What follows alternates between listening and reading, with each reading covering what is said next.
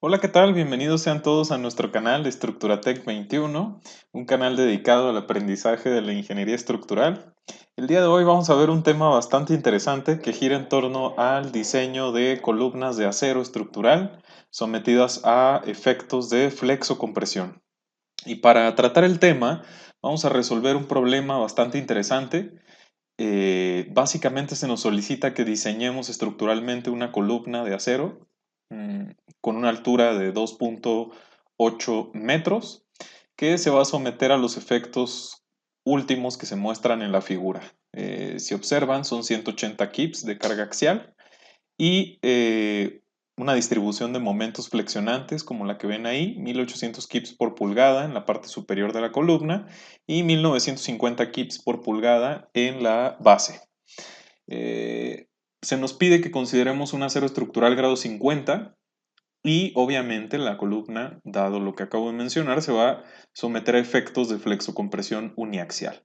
El marco que ven, marco plano que ven en la parte izquierda, nada más es simbólico. Lo coloqué ahí para relatarles precisamente que esta columna que vamos a diseñar pues puede formar parte de un sistema estructural como el que ven ahí, donde la rigidez, digamos, de los elementos que llegan y se conectan a esta columna, que puede ser la de planta baja, por ejemplo, eh, generan condiciones de frontera muy cercanas al empotramiento. Recuerden que para poder desarrollar estas condiciones de frontera o esta restricción en los grados de libertad, pues debe de haber suficiente rigidez en los elementos que se conectan a ella como para generar esa condición de frontera restringida.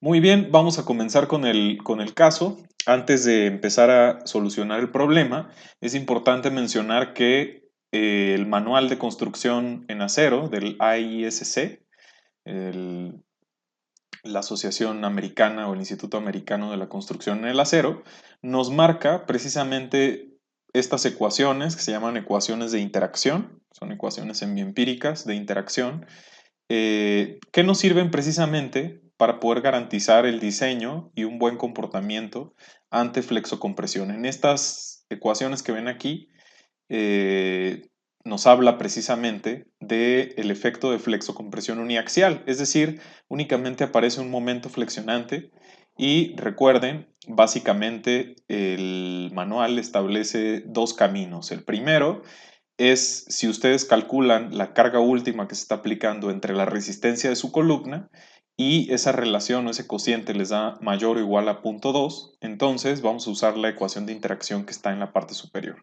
Si les da menor a 0,2, entonces usamos la expresión que ven en la parte inferior. Es importante mencionar aquí que el criterio, digamos, que nos marca este manual es un criterio que básicamente nos sirve para discriminar o aceptar una propuesta de diseño. Y en ese sentido, no es un procedimiento que nos vaya a llevar a una única solución, sino que el proceso marca que nosotros proponemos una sección, un perfil estructural de acero, y lo sometemos precisamente a la evaluación con este criterio para garantizar que la suma de esos dos cocientes en ambas ecuaciones, en la que gobierne, sea menor a 1. Es decir, la relación entre su efecto y su resistencia sumadas, porque estamos hablando de esfuerzos o de efectos combinados, tiene que ser menor a 1. Si nos da mayor a 1, lo que quiere decir o lo que implica, pues es que no es suficiente la capacidad para poder mitigar esos efectos combinados.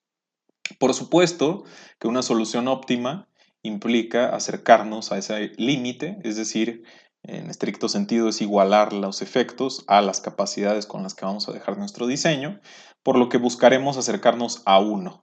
Si nuestra solución se aleja mucho por debajo de 1, pues es una solución que nos habla de una sobrecapacidad en el elemento que hemos elegido y por tanto no es una solución nada óptima desde el punto de vista estructural. Vamos a comenzar con la explicación completa del caso que vamos a resolver. Vamos a comenzar diciendo lo siguiente.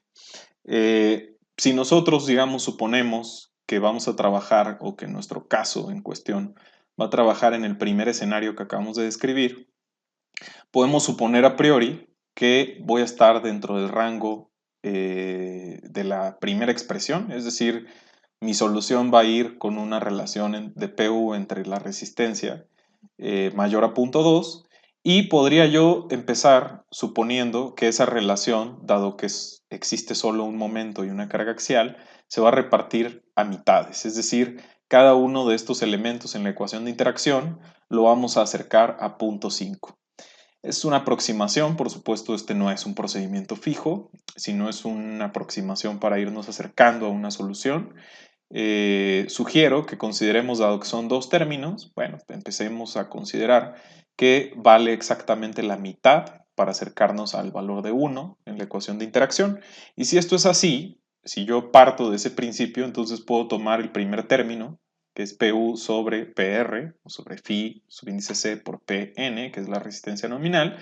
Si digo que eso se debe de aproximar a 0.5, entonces yo debería de empezar mi propuesta de columna precisamente suponiendo una resistencia de PU entre 0.5. Esto es nada más un despeje, por lo que si yo divido la carga última que está operando sobre mi columna, son 180 kips entre 0.5, pues me da el doble y voy a empezar a considerar, para que se cumpla esa relación de 0.5, pues que mi objetivo en términos de compresión, recuerden que el primer término hace alusión a la resistencia en carga axial, pues va a ser de 360 kips. Ese va a ser mi objetivo para poder elegir una primera sección y empezar a iterar. Por lo tanto, voy a comenzar eligiendo, como lo vimos en videos anteriores, cuando diseñábamos columnas a compresión pura, voy a empezar con una relación K por L sobre R, que es la esbeltez, igualándola a 50 en una primera suposición.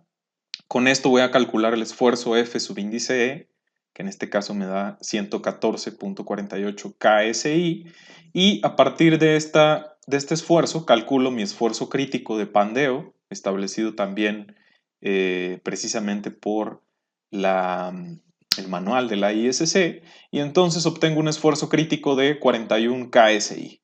Con ese esfuerzo crítico yo puedo usar la ecuación que vimos en los videos anteriores para poder diseñar un elemento a compresión pura y despejar el área.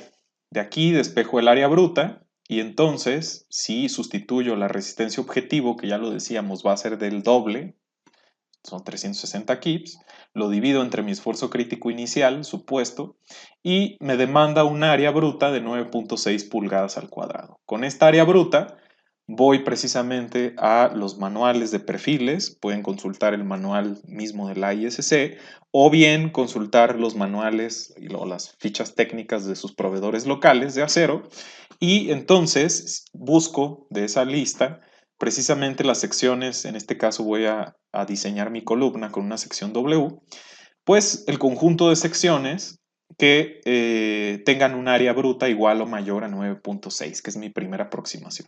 En este caso voy a empezar mi procedimiento de revisión seleccionando la viga o el perfil intermedio, que es el W10 por 33, dado que es el que me proporciona un peso más bajo de los que ven aquí y bueno, un peralte intermedio son 10 pulgadas aproximadamente. Entonces, una vez que yo supongo todas estas cosas, lo hago precisamente para acercarme lo más que pueda a mi solución. Por supuesto, esto que acabamos de hacer es bajo el supuesto de que no existe momento flexionante, ¿sí? Solo compresión pura, pero es una forma de aproximarme a la solución como primer paso. Selecciono entonces ese perfil y entonces empiezo con el cálculo de las capacidades por compresión y por flexión porque lo requiero para poder introducirlos en mi ecuación de interacción y verificar si estoy cerca o lejos del coeficiente que busco, que es 1. Por lo tanto, vamos a empezar revisando la clasificación por compresión del perfil que acabamos de elegir, que es 10 por 33. Este sería el siguiente paso.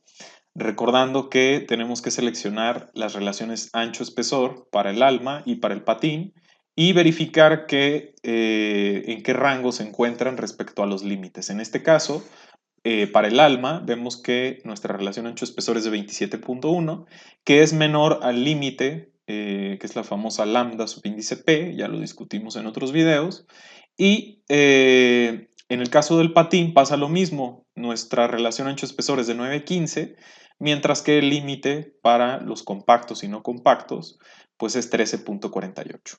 Cuando nuestras relaciones ancho-espesor son menores a estos límites que ven aquí, la conclusión es que el perfil pues no es esbelto por compresión y eso nos marca la pauta para el siguiente procedimiento.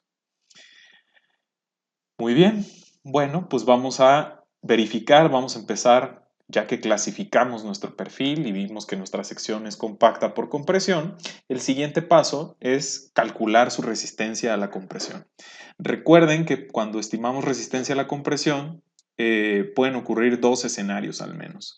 Puede pandearse de manera por flexión, lo que llamamos pandeo flexionante global, o puede sufrir un pandeo flexotorsionante. Vamos a analizar ambos escenarios y vamos a empezar con el primero, que es verificar su resistencia ante pandeo flexionante.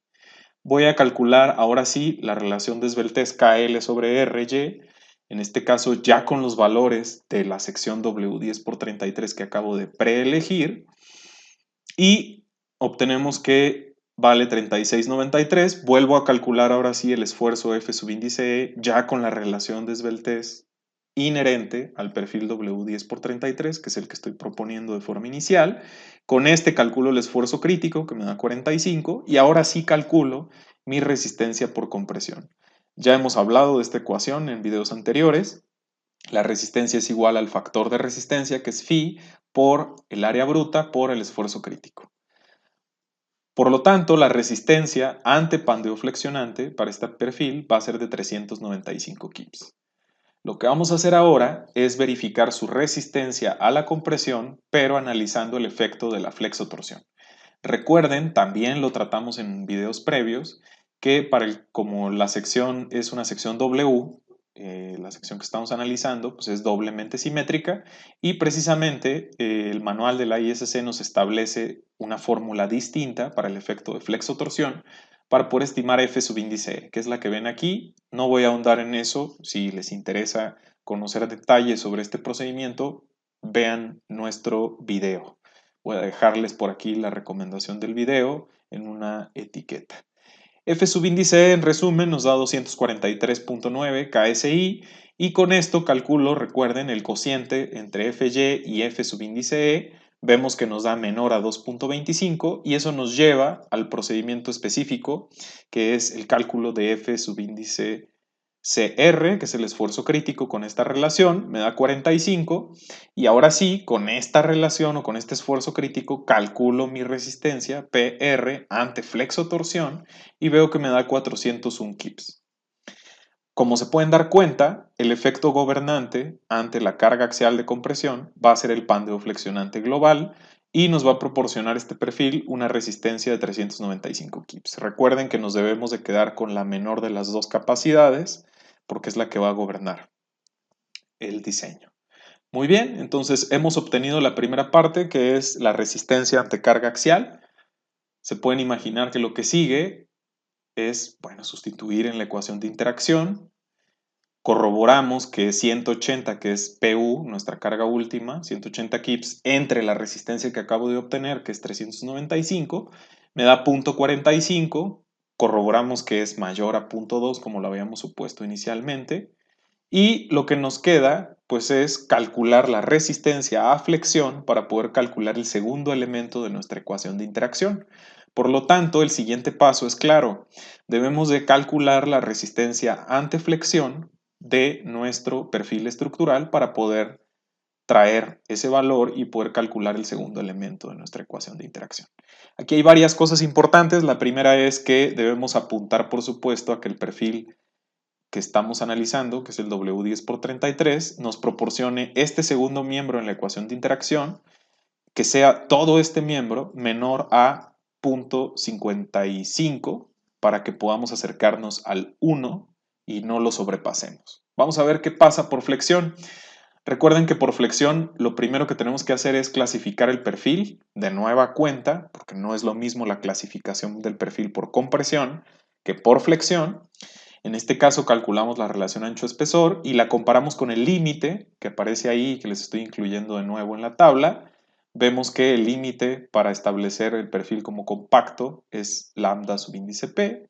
Calculamos y vemos que son iguales, por lo tanto, es compacto por el patín, calculamos por el alma la relación ancho-espesor y la comparamos con el límite que se establece aquí para las secciones W, vemos que es mucho menor que ese límite. La conclusión de este análisis es que el perfil que estamos usando es un perfil compacto y por lo tanto, cuando analizamos por flexión esta sección, solo podrá presentarse pandeo lateral torsionante. Es decir, no se nos van a presentar los pandeos locales del alma ni del patín, dado que la sección es totalmente compacta. Muy bien, procedemos entonces a calcular esa resistencia ante flexión por pandeo lateral torsionante. Recuerden que para ello necesitamos calcular los dos límites de longitud, que es L subíndice P y L subíndice R, para establecer en qué rango va a ocurrir el pandeo lateral torsionante. Si nuestra longitud no soportada, que en este caso son los 2.8 metros de altura de la columna, se encuentran entre los límites LP y LR, quiere decir que el pandeo lateral torsionante se va a presentar en el rango inelástico. Si la longitud LB es mayor al límite LR, entonces se nos presentará un pandeo lateral torsionante en el rango elástico. De entrada, cuando calculamos LP, vemos que nos da 82.22 pulgadas. Lo único que necesitan aquí es traernos el radio de giro de esa sección, W10 por 33. Aquí está, es 1.94 pulgadas. Calculamos esa longitud límite, que es LP, y de entrada lo que observamos es que la longitud no soportada, que es toda la altura de la columna, es mayor a nuestro límite LP. Eso de entrada nos dice algo, nos dice que sí va a sufrir una inestabilidad por efecto del pandeo lateral torsionante. Recuerden, cuando LB, que es la longitud no soportada del elemento, es menor a LP, entonces la sección puede desarrollar su máxima capacidad, que es el momento plástico. En este caso estamos descubriendo que efectivamente, al ser LB mayor a LP, va a sufrir pandeo lateral torsionante y lo que nos queda es definir si este pandeo va a ocurrir en el rango inelástico o lo va a hacer en el rango elástico. Y para ello, lo que tenemos que hacer es calcular la siguiente longitud, que es L subíndice R, y que define la frontera entre el pandeo elástico o inelástico. L subíndice R es toda esa ecuación que está ahí, es una ecuación tomada directamente del manual de la ISC. Vean que aparecen variables que son conocidas para ustedes, J, que es la constante de torsión, aparece por ahí S subíndice X, que es el famoso módulo de sección elástico, H subíndice 0, que es la distancia que hay entre los centroides de los patines, y calculamos entonces con estas propiedades geométricas que las encuentran en las fichas técnicas de los perfiles. Son propiedades inerciales inherentes a el perfil W10 por 33. Sustituimos esas propiedades inerciales, recordando que C minúscula es una constante que vale 1 para las secciones W. Y vemos que la longitud L subíndice R, que es el siguiente límite, es 261 pulgadas. Como podemos ver, la conclusión es que nuestra longitud no soportada, que repito es la altura de la columna, se encuentra entre LP y LR, entonces el pandeo lateral torsionante va a ocurrir en el rango inelástico. ¿Por qué es importante definir en qué rango va a ocurrir ese pandeo a través de estas longitudes? Precisamente porque eso define el procedimiento que vamos a utilizar para poder calcular la resistencia a flexión. Recordando, si LB es mayor a LP y menor o igual a LR, entonces el pandeo lateral torsionante ocurre en el rango inelástico. Y en este escenario, la ecuación que nos marca el mismo manual para calcular la resistencia a flexión nominal va a ser igual a CB por el momento plástico menos el producto que tienen aquí, y todo eso debe de ser siempre menor o igual al momento plástico. Si es mayor, entonces recuerden, nuestra máxima capacidad de flexión es precisamente el momento plástico. No puede obtenerse una resistencia mayor a este límite. ¿Qué es lo que vamos a hacer? Bueno, vamos a empezar calculando el famoso factor de corrección de gradiente de momentos, que es C subíndice B, recordando que C subíndice B, que es el factor de corrección, es igual a 12.5 veces el momento máximo en nuestra sección, sobre 2.5 veces el momento máximo, más 3 veces MA, más 4 veces MB, más 3 veces MC. Todo esto debe de ser siempre menor o igual a 3. No puede tomar nunca un valor mayor a 3. Vamos a recordar que era MA y MB y MC. Son los momentos flexionantes. M subíndice A, por ejemplo, es el momento flexionante a un cuarto de la longitud no soportada, sería por aquí. M subíndice B es el momento flexionante a la mitad de la longitud no soportada. Y M subíndice C es el momento flexionante que encontramos a 3/4 de la longitud no soportada. Como nuestra longitud no soportada en la columna, dado que forma parte de un marco, tiene sus restricciones arriba y abajo, pues la longitud no soportada será toda la altura de la columna. ¿Qué vamos a hacer? Bueno, pues estos momentos flexionantes representan los momentos que pueden encontrar en los nodos de la columna superior e inferior con una distribución lineal. Este, por supuesto, viene del análisis estructural de su sistema de marco y podemos por geometría o por trigonometría más bien encontrar los valores a un cuarto de la longitud, a un medio de la longitud y a 3/4. El momento máximo es muy simple, pues es el valor máximo que encontramos en toda la longitud no soportada. En este caso va a ser 1950 kips por pulgada, que es el valor abajo. Y a un cuarto, por triángulos semejantes, podemos encontrar precisamente la magnitud a un cuarto de la altura. En este caso ya está precalculada, es 937, a la mitad de la longitud o de la altura de la columna vale 75 kips por pulgada, como lo pueden ver está ya muy cercano al cero, y a 3/4 de la altura encontramos un momento de 1012.5 kips por pulgada. Si todos esos números los sustituimos MA, MB, MC y Mmax en la ecuación que nos da el manual, pues obtenemos un CB igual a 1.87. Comprobamos que es menor a 3, por lo cual es válido ese factor de corrección de gradiente de momento. Si se dan cuenta, la ecuación lo que hace se llama precisamente un factor de corrección porque lo que hace es dividir 12.5 veces el momento máximo entre la suma de estos 4 momentos. Si ustedes suman los coeficientes que acompañan aquí la ecuación, les va a dar 12.5. ¿Por qué corrige el gradiente? Bueno, porque toma en consideración los momentos en esas 3 distancias y precisamente sirve para corregir el efecto de una distribución no uniforme de momentos flexionantes en el elemento. Muy sencillo, calculamos CB y lo que nos resta pues es calcular las variables o traernos las variables que vamos a requerir para la ecuación de la resistencia a flexión. M subíndice P, ya lo decíamos, es el momento plástico, que no es otra cosa más que el producto del esfuerzo de fluencia del acero que estamos usando. Recuerden que estamos usando un acero grado 50 por Z subíndice X. Z subíndice X es el módulo de sección plástico, es una propiedad también ya definida para nuestro perfil W10×33, que es 38.8 pulgadas al cubo. Calculamos el momento plástico, nos traemos las longitudes límite que ya habíamos calculado, LP, LR, y nuestra longitud no soportada, que son 110 pulgadas, y sustituimos precisamente en la ecuación de la resistencia nominal. Recuerden que lo que vamos a obtener aquí debe de ser siempre menor al momento plástico, si no, entonces no es válido. Vemos que nos da 1730, que es menor a 1940, y por tanto se acepta esa resistencia nominal.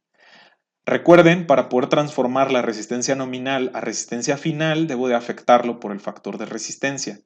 Para flexión, según el manual de la ISC, este phi subíndice B vale 0.9, que es el factor de seguridad o el factor de resistencia, por lo que nos reduce nuestra resistencia nominal a 1557 kips por pulgada. Muy bien, una vez que hemos obtenido la resistencia a la flexión de este perfil, pues lo que nos resta es sustituir esa resistencia en la ecuación de interacción. Aquí la ven, 1557. Teníamos un momento máximo actuante de 1950 y calculamos nuestros coeficientes. ¿Qué es lo que observamos? El término inherente a la flexión nos da 0.93, mientras que ya traíamos arrastrando de nuestro efecto axial 0.45. La suma nos sobrepasa por mucho el valor de 1. ¿Qué significa esto? Ya lo había mencionado. Cuando esta ecuación de interacción calculada nos da mayor a 1, quiere decir que la sección no va a resistir los efectos que se están combinando de carga axial y momento flexionante. Por lo tanto, es necesario replantear otra sección W. Lo que vamos a hacer entonces es recurrir a la siguiente sección que habíamos definido con el área adecuada. Obviamente es una sección más grande en peralte y más pesada y por tanto una sección que tiene una mayor magnitud de constantes de torsión, propiedades inerciales, área por supuesto, y nos puede ayudar a la capacidad.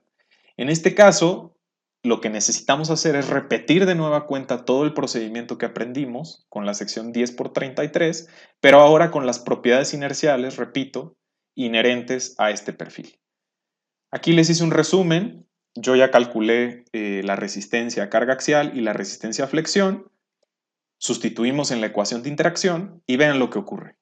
Es una sección más grande que la anterior y aquí se ve. Punto 3 es el término del coeficiente por carga axial. Punto 53 es el inherente a la flexión. Si lo sumamos nos da punto 84. Por lo tanto, esta sección es menor, nos da un coeficiente en la ecuación de interacción menor a 1 y por lo tanto podríamos aceptarla. ¿Cuál es el problema? Bueno, el problema, ya lo decía al principio, es que estamos algo lejos de acercarnos al valor de 1. ¿Qué quiere decir esto? Que aunque la sección es adecuada, está sobredimensionada o está sobrediseñada porque nos estamos quedando con un 16% lejos de estar en una condición óptima, es decir, donde igualemos las capacidades a los efectos. Por lo tanto, me atrevo a proponer una sección menos pesada o más ligera, que es precisamente el perfil que sigue del W12 por 50, que es el W12 por 45. Vuelvo a repetir el procedimiento con las propiedades geométricas de esta sección y observo que la resistencia a carga axial es de 534, la resistencia a flexión es 2889. Si yo calculo los coeficientes o los introduzco más bien dentro de la ecuación de interacción que nos marca el manual, vemos que el coeficiente nos da cerca de 0.94, que es mucho más cercano a nuestro objetivo, que es 1. Por lo tanto, vemos que esta sección también cumple y puede ser una solución e incluso es más óptima, ahí lo ven, es más ligera, 5 libras por pie más ligera que la anterior y por tanto me acerca aún más a un nivel de optimización total. Aquí hay varias cosas que señalar. Eventualmente hay algunos perfiles que se acercan a 1 y no necesariamente bajan en peso. Recuerden que hay muchas propiedades geométricas involucradas, constantes de torsión, momentos de inercia, radios de giro, módulos de sección, y todos aportan de alguna manera al cálculo de esta capacidad. Por lo que tampoco el acercarnos a 1 nos garantiza que nos va a llevar a una sección muy ligera. Por lo tanto, mi recomendación en estos procesos es precisamente programar, ya sea en algún lenguaje de cómputo o en alguna simple hoja de cálculo, programar el procedimiento para que ustedes puedan hacer varias iteraciones y probar diferentes perfiles para que se acerquen a precisamente el coeficiente de 1 en la ecuación de interacción y puedan revisar todas aquellas soluciones factibles, puedan precisamente revisar cuál de ellas es la que minimiza el peso. Recuerden que los diseños óptimos en acero son aquellos que minimizan el peso porque los perfiles, o en el caso del acero, nos lo venden precisamente por peso. Un peso menor pues tiene necesariamente un mapeo en costo mucho menor. Mi recomendación es entonces, dado que el procedimiento es algo extenso, que todo esto se programe en algún lenguaje, ya lo decía, que nos pueda someter a pruebas los diferentes perfiles del mercado y podamos tomar la decisión más inteligente a la hora de diseñar estas columnas por flexocompresión uniaxial. El otro tema que quería tratar es precisamente que cuando ustedes analizan una columna que se somete a flexocompresión biaxial, lo único que ocurre es que aquí se agrega un más dentro del paréntesis de la ecuación de interacción, que va a ser el momento en Y o el momento en la otra dirección entre la resistencia en la otra dirección. Es decir, es la misma ecuación de interacción, solo que se suma el término inherente a la flexión en la otra dirección.